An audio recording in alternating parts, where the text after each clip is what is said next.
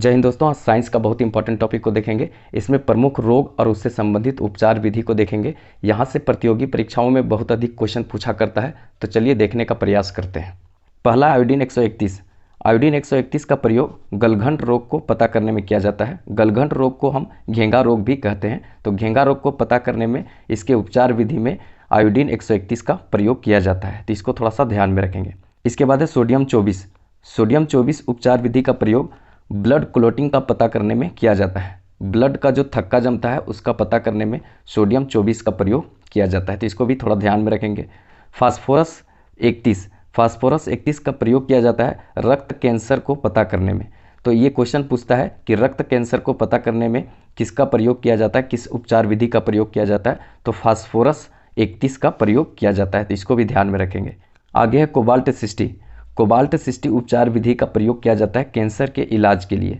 तो कैंसर के इलाज में इसका प्रयोग किया जाता है किसका, कोबाल्ट 60 का। ये बहुत बार क्वेश्चन पूछा गया है, प्रतियोगी परीक्षाओं में बार बार क्वेश्चन पूछा जाता है कि कोबाल्ट 60 का प्रयोग किस में किया जाता है, तो कैंसर के इलाज में किया जाता है, तो इसको ध्यान में रखेंगे। आगे है कार्बन C14 पद्धति। कार्बन C14 पद्धति का प्रयोग हम करते हैं जीवाश्म की आयु को पता करने में। तो ये क्वेश्चन बहुत अच्छा पूछा जाता है, जीवाश्म की आयु को पता करने में किसका प्रयोग करते हैं, तो कार्बन C14 का प्रयोग करते हैं।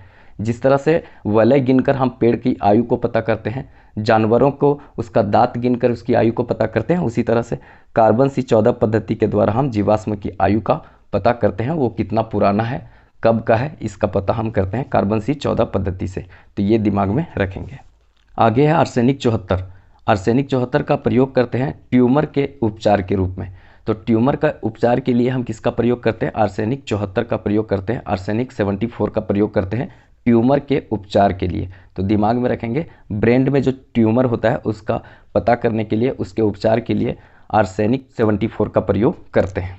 इसी प्रकार से डायलिसिस जो है वो किडनी की जो बीमारी होता है उसके उपचार के लिए प्रयोग होता है डायलिसिस विधि। तो ये भी क्वेश्चन पूछा जाता है, डायलिसिस का प्रयोग किसमें किया जाता है, तो किडनी के बीमारियों के उपचार के लिए किया जाता है डायलिसिस विधि का। किडनी का जो वर्किंग यूनिट होता है उसको नेफ्रॉन कहते हैं। ये भी बहुत बार क्वेश्चन पूछता है, तो इसको भी थोड़ा ध्यान में रखेंगे। आगे है ECG।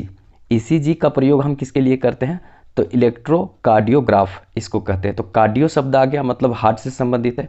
तो हार्ट में जो विकार होता है उसका पता करने के लिए ECG का प्रयोग करते हैं। ये बहुत बार क्वेश्चन पूछा जाता है कि ECG का प्रयोग किसके लिए करते हैं, तो हार्ट से संबंधित जो विकार होता है उसका पता करने के लिए ECG का प्रयोग करते हैं। और इसका फुल फॉर्म क्या होता है, इलेक्ट्रोकार्डियोग्राफ। तो इसको ध्यान में रखेंगे। आगे है EEG।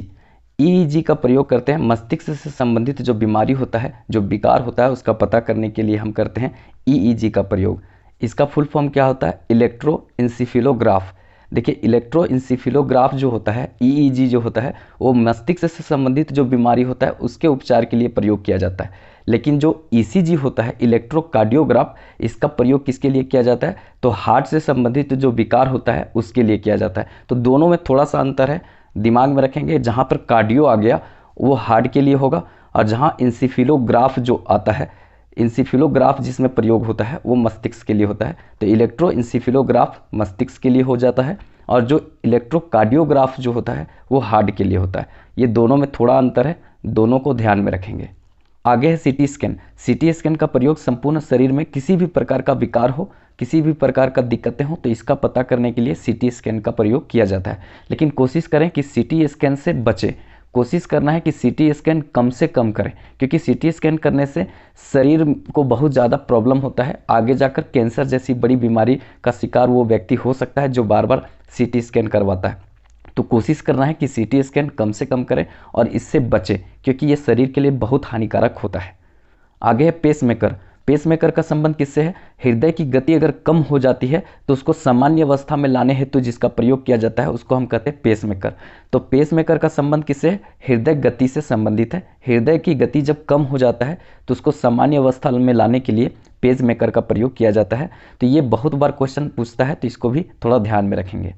अब कुछ प्रमुख रोग और उससे संबंधित टेस्ट है जहाँ से प्रतियोगी परीक्षाओं में बार बार प्रश्न पूछा जाता है, तो उसको हम देख लेते हैं। देखिए पहला है मंटू परीक्षण। मंटू परीक्षण या मंटू टेस्ट का संबंध किससे है, TB रोग से है। TB रोग से संबंधित है मंटू परीक्षण। TB रोग को ही हम तपेदिक रोग भी कहते हैं। यहाँ से भी क्वेश्चन पूछा जाता है, तो इसको ध्यान में रखेंगे। और टीबी को भारत से कब तक खत्म कर देना है, तो 2025 तक टीबी को भारत से खत्म कर देना है, ये लक्ष्य रखा गया है, ये भी थोड़ा सा ध्यान में रखेंगे। और साथ में आप ये बता देंगे कि जो टीबी रोग होता है उसके लिए कौन सा टीका लगता है, ये कमेंट बॉक्स में आप बताएंगे, ठीक है। आगे है एलिसा टेस्ट। एलिसा टेस्ट का संबंध एड्स रोग से है, तो ये दिमाग में रखना है कि एलिसा टेस्ट का संबंध किससे है, एड्स रोग से है। एड्स दिवस कब मनाया जाता है, 1 दिसंबर को मनाया जाता है। और एड्स को कब तक खत्म करने का लक्ष्य रखा गया है, तो 2030 तक एड्स को खत्म करने का लक्ष्य रखा गया है, तो इसको थोड़ा सा दिमाग में रखेंगे।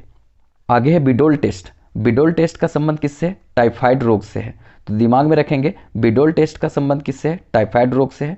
मंटू परीक्षण का संबंध किससे है, टीबी रोग से है।